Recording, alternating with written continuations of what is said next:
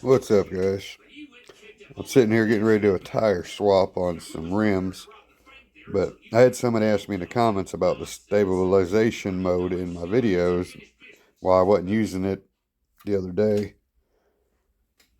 and this is why. The picture quality is being sacrificed for it. It's on right now, it's nice and stable. When I stop moving right there, it keeps going and slows itself down, which is cool, but look how blurry the picture looks to me. I just didn't like to sacrifice my picture quality. And the other day, I couldn't see my screen to know what the camera was recording good. That's why it was a little bouncier. I'd have been more steady if I'd have thought about it. But anyway, I like this picture better. So, alright, that looks just way better than the other mode. And if I don't move fast, it's, it gets okay. That was just bad recording the other day. I was there to have fun. I wasn't trying to work hard, but I should have. I couldn't see. It was so sunny that day. I couldn't tell what I was getting. But anyway, I apologize for that. Now, here's our plans, what we got going on. I got these high racks. And even though they're just a 1.9 high racks, like I was saying before, these suckers are almost as big as my 2.2 mudslingers. These are a really shorter outer dimension than, they're not much. I mean, these are taller. The mudslingers are taller, but not by a lot. But anyway, I'm not sure what I'm running these on yet. But I am putting them on these 2.2 rims. And so far, they go together nice. I like the way they look, to be honest. I really like the bulging tire a little bit, Turned out nice. They look really scale, actually, that way. Sorry, trying to get them into the light. And they're nice wheels. Not heavy or nothing, but they're nice wheels. So with these tires, I like that look, actually. And we already know Hyrax perform pretty good, so I don't know what I'm going to put them on just yet, but they're going on something. I'm going to paint the letters on them too, so let me finish mounting those up. Alright, we got 3 of them done. I figured I'd show you. You'll see there, I mean, that tire is way smaller than the rim being a 1.9. That's what, I guess 3 more millimeters. But the way these rims are, all you got to do is tuck them in to the groove, and you see they'll fit. And then you put these rings around them, which you got to kind of, work it. Sorry. You got to work it to where it goes, pushes the tire evenly around, but it's pretty easy. It's a simple setup. You get these nice wheels. So anyway, let me put these together, and then we could talk about them tank tracks over there. Remember I said we had some information about my mother-in-law's somewhere down the line there. She was the last living relative of the person who invented the endless chain wheels, what it's called. And I got pictures of the blueprints and everything to show y'all. She's been digging stuff out for me. So let's get into that as soon as I finish this wheel. Alright, we got these all done. And like I've said, I think they look more scale with that little humped out tire. I think they look pretty cool, actually. They come out perfect. I need to paint the letters on them, but I'll worry about that in just a little bit. So, now, let me see what I can gather up here. Well, alright guys. Now check it out. Here's some of the drawings that were, that they had copied over the years of the tank track endless wheel, or it's called the endless chain. And we got all kinds of letters here that were sent. I'm not sure about all this, but where's it at? Let's see. His name was Benjamin Franklin Waters. Her mom's name is Glennie Waters. She's 83, so, and she didn't know him or nothing. This was just, she was his last known relative, or whatever. 5 generations back. So they sent her this letter. And I'm going to have my wife read this to you here in just a few minutes. But we got newspaper articles about it. Stuff that was printed from Where's that one date? I think it's on one of these. I think it was 1944 or something like that. It says. Where's that at? Right here. It's wrote on there 1944, but I mean, they got all kinds of articles in the paper when he came up with it. Where's it at here? Here we go. It's called the New Water Buffalo. That's what they had built with these tank treads on them. Ain't very good pictures here.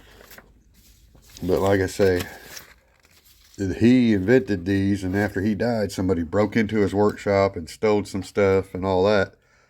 And it's all in this story right here that she's going to read to you after she's done eating her dinner. So, it's all just cool stuff. It's really cool. Now, had things went a little differently, she might be rich 5 generations later, but didn't work out that way. So, let's see. So before she reads it, I'm going to give you guys a good close-up of the article itself. Maybe y'all can pause and read that or something. We'll go right there so that y'all can pause it and maybe read it yourself. But I'm still going to have her read it for you too. So anyway, I'm going to go eat dinner and then we'll finish this up. It's alright, I finished up my dinner. And I've been looking at a little bit of this stuff a little more. It is pretty cool. And I've heard her talk about it, but I've actually never even looked at these things. I just heard her tell me about it many a time. But anyway, this is the patent with his signature. That's a letters patent, whatever it's called, which is pretty cool.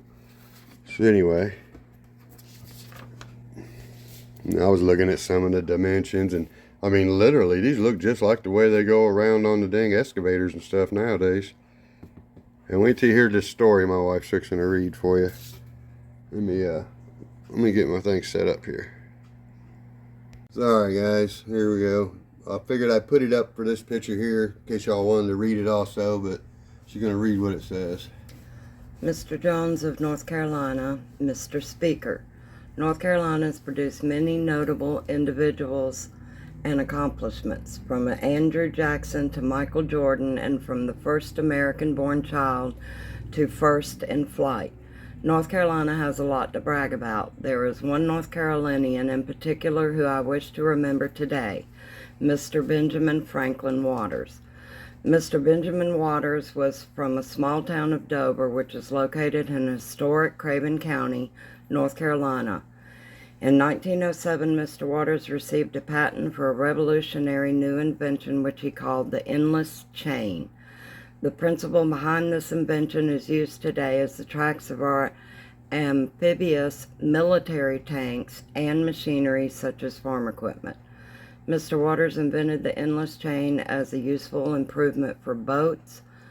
The original patent specifications give Mr. Waters credit for propelling mechanism comprised of an endless chain of propeller blades which travel above and below the boat, and which are so constructed that the water will be prevented from getting behind the blades and thereby retarding the progress of the boat. As is often the case, it is only by accident that Mr. Waters realized the potential for his invention on land. He and his brother, Frank Waters, who had helped him build his invention, were out testing their model one Sunday afternoon using a clock spring as a power source. They placed the boat into the water and sent it to the other side, only to have the boat quickly run up the bank and onto the land. This amazing discovery led Mr. Waters to begin work on obtaining a new patent for use of his invention on land. Unfortunately, plans for the new patent were not completed before Mr. Waters was tragically killed at the cross at the railroad tracks. His family claims that Mr. Waters' workshop was broken into and all of his drawings and sketches were stolen soon after his death.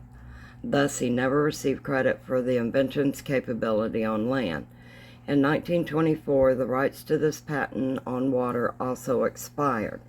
However, today the endless chain lives in the daily use by our military, our farmers, and our industries. I wish to officially recognize Mr. Benjamin Franklin Waters and thank him for his ingenuity in providing us the principles of the endless chain.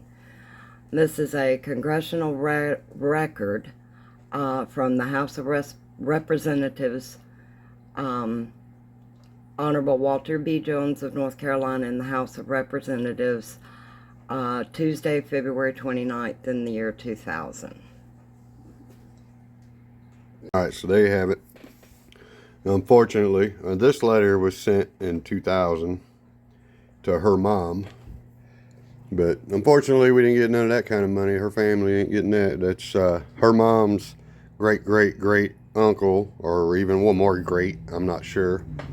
But yeah, it was just cool history. Her mom loves doing the genealogy where you look up your family tree and all that stuff. And so she already knew all this stuff too. So just thought it was something cool to talk about. And who knows, if it wasn't for him, maybe TRAXXAS wouldn't have these right about now. Let me get it back to normal. You know, you never know. But I'm sure somebody would came up with something similar someday. But yeah, it's a tragic story as well. But just interesting. So now you guys know a little bit more history about the endless chain.